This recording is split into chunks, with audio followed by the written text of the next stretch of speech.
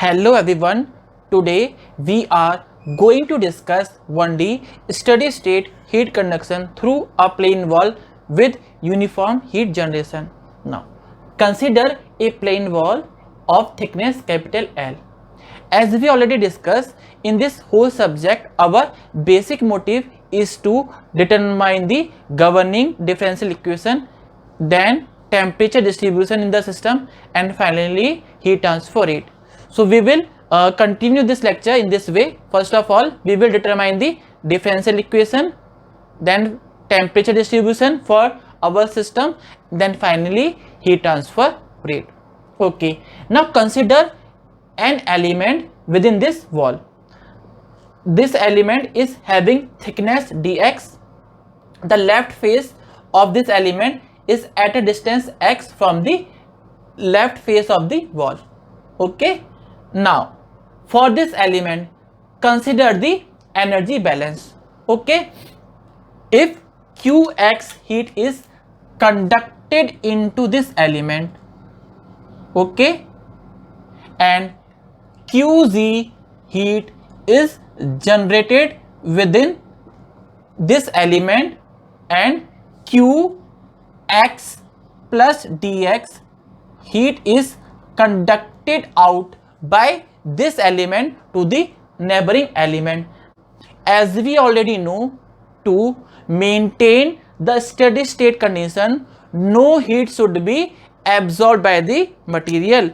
If heat is absorbed by the material, then energy of the material will be increased by this rate. Okay, then there will be the change in the temperature of the element with respect to time. But we are considering steady state condition. From the energy principle, energy conducted out leaving this element per unit time should be the summation of energy conducted in this element plus energy generated in this element. Okay, if any part of qx and qz is absorbed by the material, then the temperature of the material will increase. So to maintain steady state condition, the heat conducted out by the element should be the summation of heat conducted in plus heat generated within the control volume or the element. Okay, now qx plus dx can also be expressed by the Taylor series expansion. From the Taylor series expansion, qx plus dx is basically qx plus change of qx within the element. So qx heat conducted into the element plus total change within the element. As we already discussed, total change of the parameter in the element can also be written as rate of change into dimension. Rate of change of heat transfer rate per unit dimension into total dimension of the element. Okay, now if we compare above these two equations, okay, then qx and qx will cancel each other, and qx plus dx and qx plus dx will cancel each other.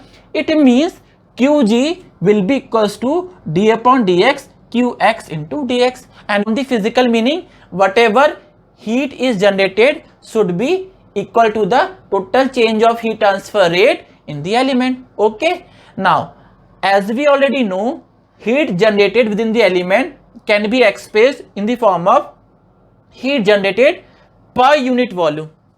Small qz is heat generated within the element per unit volume, and the volume of the element will be cross sectional area, okay, into dx, thickness of the element. Okay, so a into dx is volume of the element, and this is showing total amount of heat generated in the element.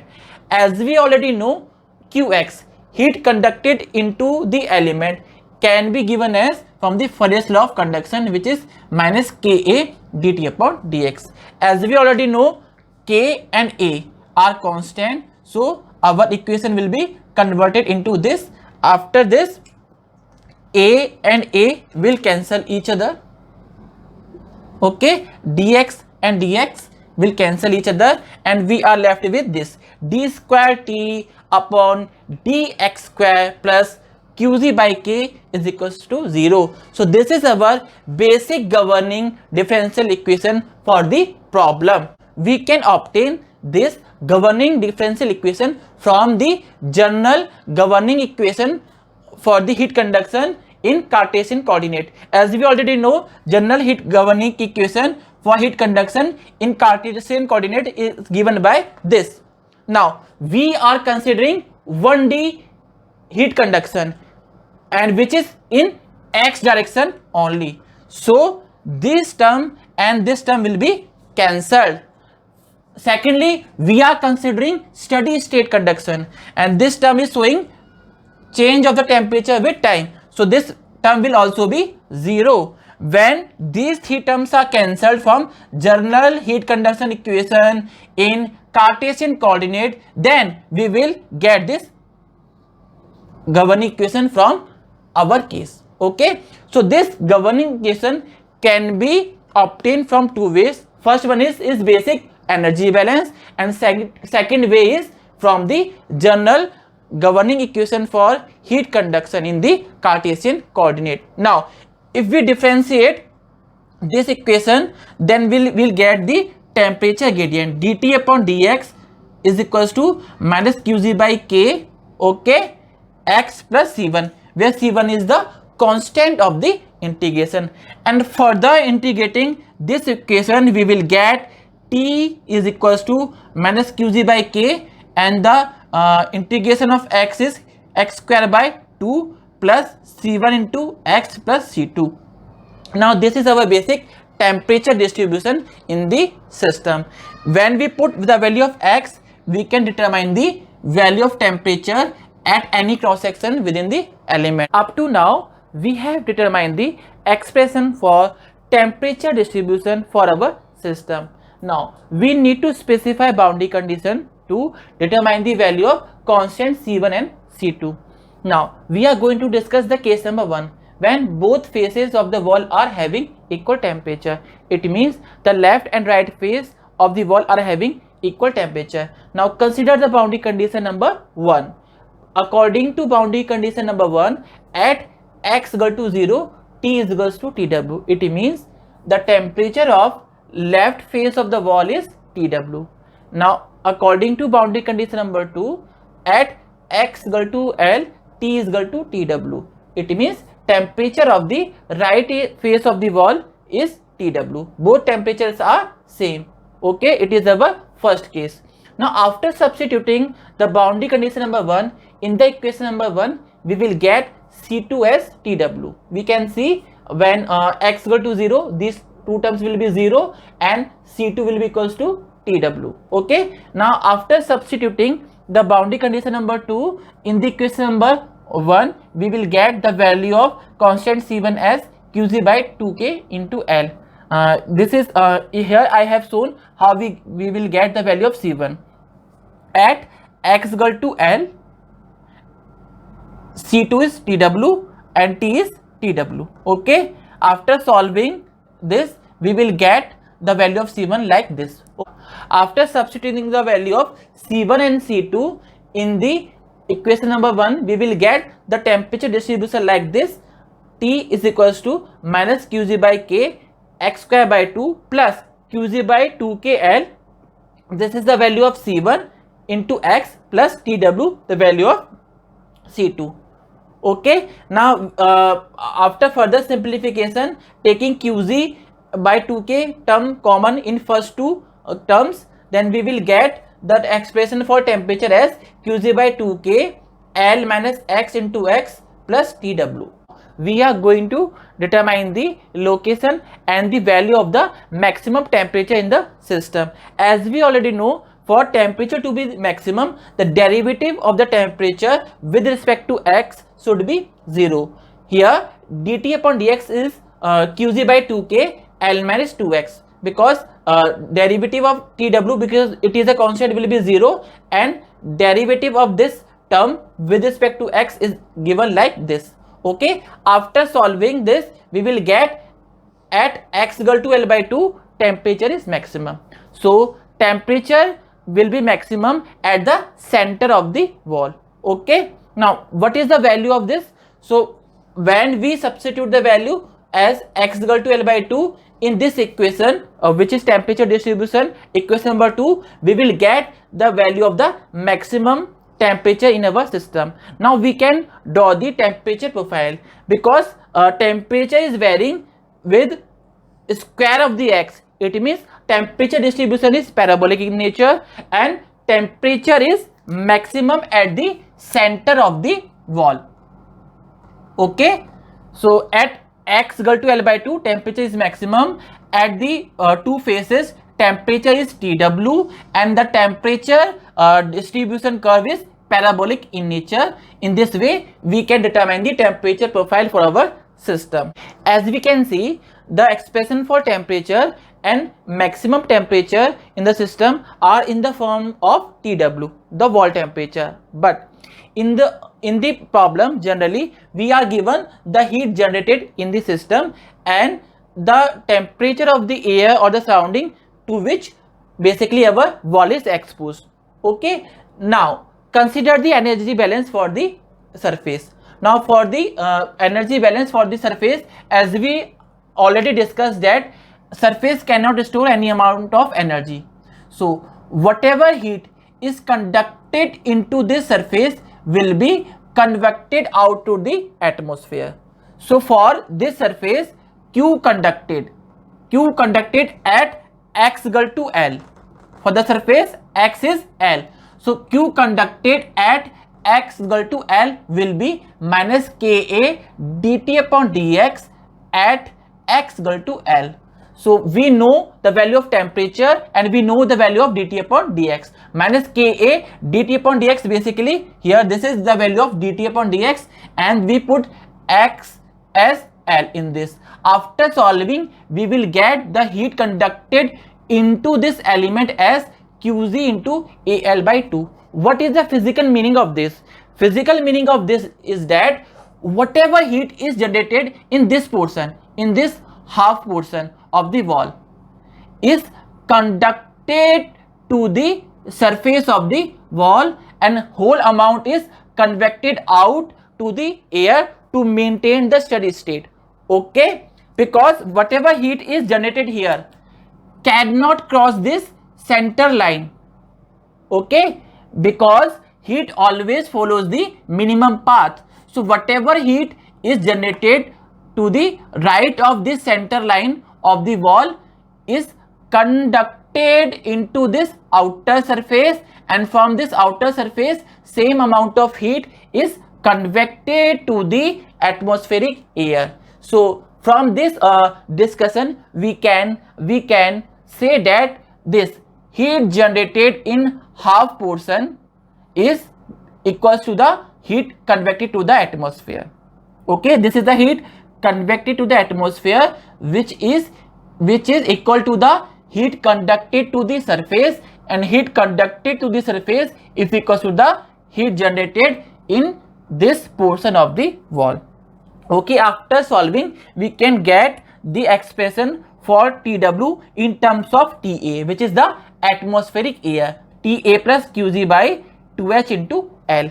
Okay, same is happening for the left face of the wall. Whatever heat is generated in this portion of the wall is conducted to the left face of the wall, and same amount will be convected out to the atmospheric air. Okay, now substitute the value of TW in equation number 2 and equation number 3, then we will get the expression for temperature distribution and the maximum temperature in terms of TA.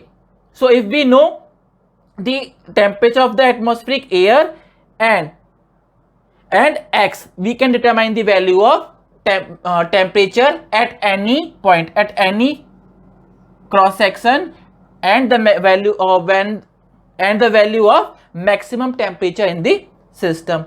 Now from this discussion we can see that half of the heat generated in the element is convected out by right phase and half of the heat generated in the element is convected out by the left phase, because total heat generated in the element is basically given by Qg into total heat generated is basically small Qg into AL. We can conclude that Q conducted at x equal to 0 plus Q conducted at x equal to L is equals to Qg, because half of the heat generated in the element is convected out to the atmosphere by left phase and half of the heat generated in this wall is convected out by the right phase of the wall. Now we are going to discuss case number 2 when both surfaces of the wall have different temperatures. As we already know, temperature distribution for the system is given by the equation number 1 and we are going to determine the value of constant C1 and C2 by using boundary conditions. Now according to the boundary condition number 1, at x equal to 0 T is equals to TW1. It means the temperature of the left face of the wall is TW1. At x is equals to L, T is TW2. It means temperature of the right face of the wall is TW2. Now from the boundary condition number 1 we can determine the value of C2 as TW1, and from boundary condition number 2 we can determine the value of constant C1 as TW2 minus TW1 divided by L plus Qg by 2k into L. Okay, now after substituting the value of C1 and C2 in the equation number 1, we will get the temperature distribution like this, which is shown by the equation number 2. Now I am going to discuss the temperature distribution. Now there are two possibilities. Possibility number 1, when TW1 is greater than TW2. Okay, for the case number 1, the maximum temperature arises at the center of the wall, but if temperatures of the both walls are different, then the location of the maximum temperature will shift to the phase where temperature is higher. Here TW1 is higher than TW2, hence maximum location of the maximum temperature is towards the left side of the center line of the wall. Similarly, if TW2 is higher than TW1, then location of the maximum temperature will shift from center line to towards the TW2. Okay, we are going to discuss a problem from GATE 2007. According to the problem, consider steady state one-dimensional heat flow in a plate of 20 mm thickness. So a plate is given and the thickness of the plate is 20 mm. Okay, and 1D steady state heat conduction is considered.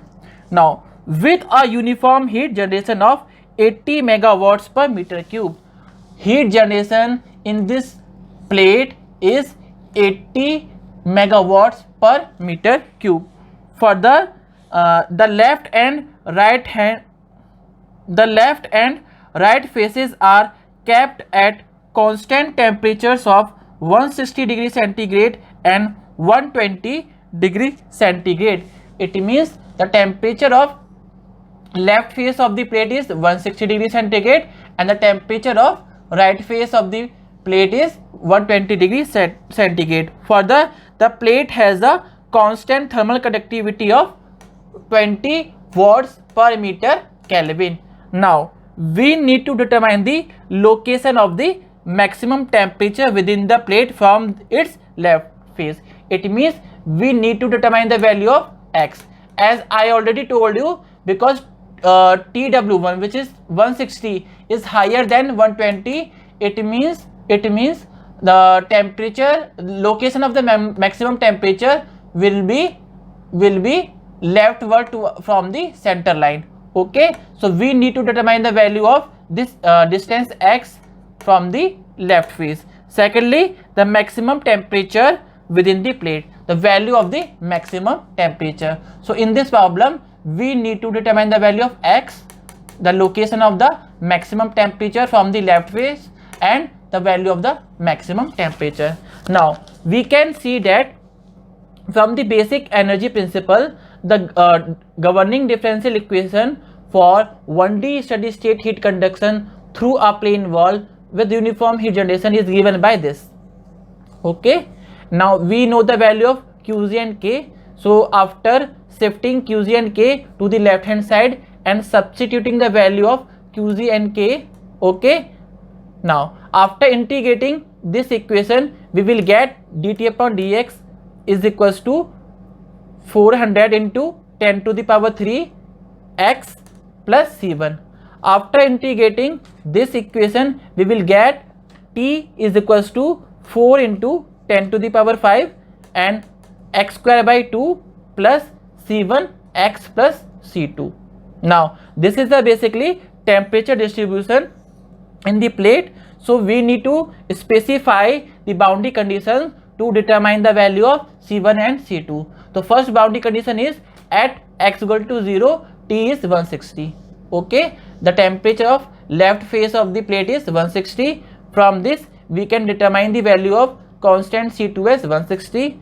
Now next boundary condition is at x equal to 0.02 meter at the right face of the plate, temperature is 120. From this we can determine the value of constant C1 as 2000, and after substituting the value of C1 and C2 in the equation number 1 we can get the expression for temperature as -2 into 10 to the power 5 x square plus 2000 x plus 160.